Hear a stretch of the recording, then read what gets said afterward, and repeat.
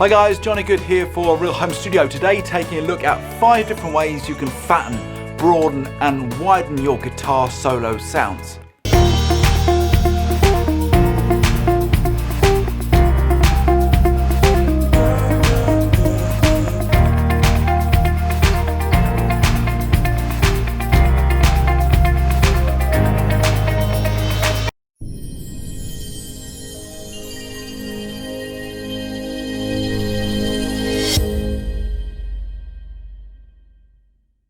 Just before we dive straight in, I want to remind you to please like, subscribe, and if you've got something to say, then please do drop it in the comments box below. Okay, so let's kick off with the instrument choice itself. So choosing an electric guitar with a humbucking pickup over a single coil pickup is generally going to give you a richer and fatter tone. And when it comes down to string choice on your instrument, the fatter the string, the fatter the tone. So looking at top guitarists, say like Stevie Ray Vaughan, who used to always use, I think, 13, so a really heavy string to get that excellent rich tone, which he used on his single coil pickups on his Strat. So fatter the string, fatter the tone. Now for the example I'm going to share with you guys today, I wrote this very simple riff line on the B string and then ended up transferring it to the G string because it sounded so much better on the G string, so much richer and rounder. So string choice is super important. Okay, just going to head into the DAW now and take a look at some moves that you can make in post on your DAW to fatten out that electric guitar lead sound. Okay, so here we are in Studio One. Let's take a listen to this guitar line.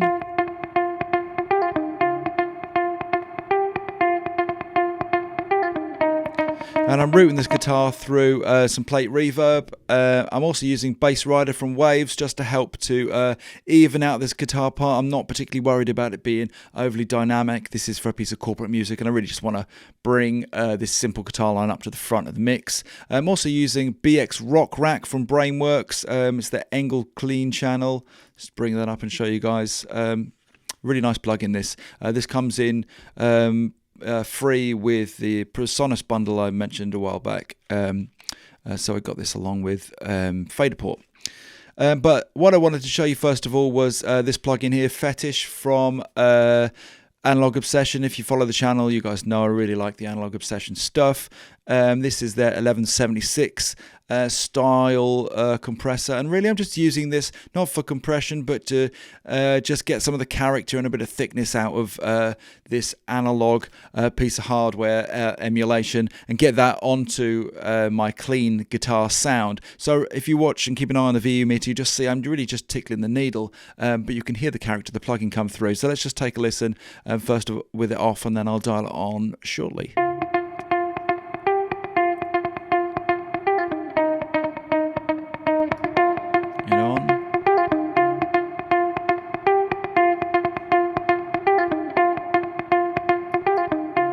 Back off.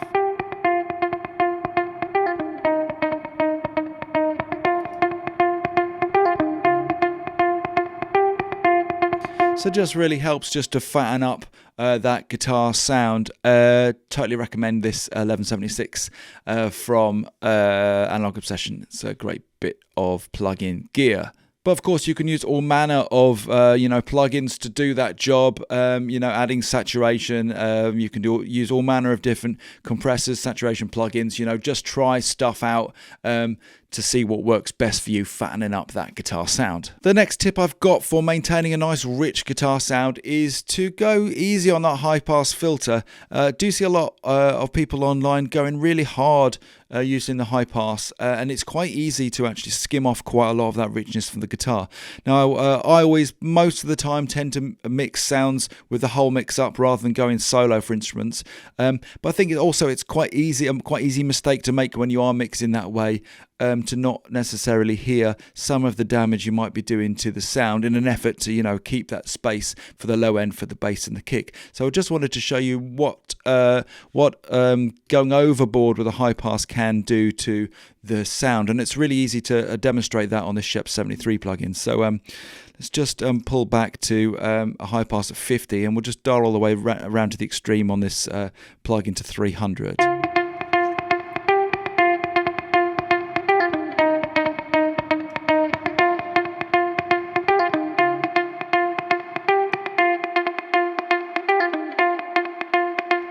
So by the time we get to 300, we've really thinned out quite a lot of that guitar sound, when actually probably around 80 hertz is maintaining the quality of the sound, but also allowing us to, roll off some of that low information we don't really need. Let's take one more listen.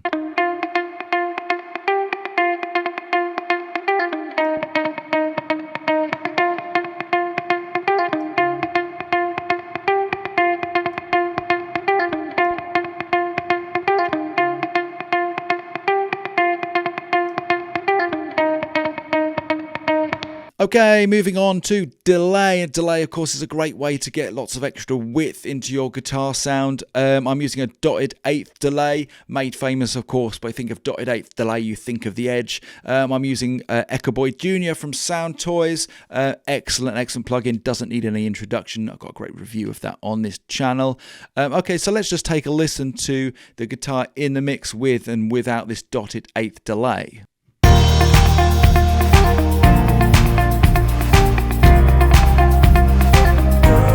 Drop it in.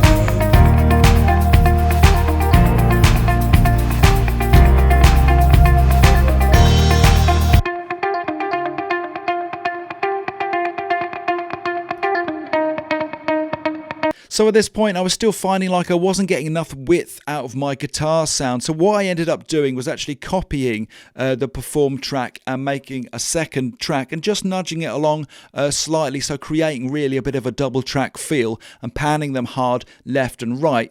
I used a different amplifier on each track to create a bit more difference, tonal difference as well, and end up using two different delay times. So I kept my dotted eighth delays for my first track and quarter note delay for my second track, and this is what I ended up getting.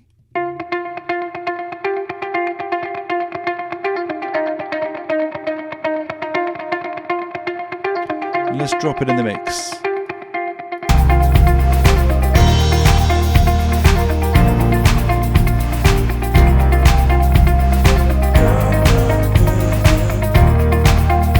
With the delays bypassed.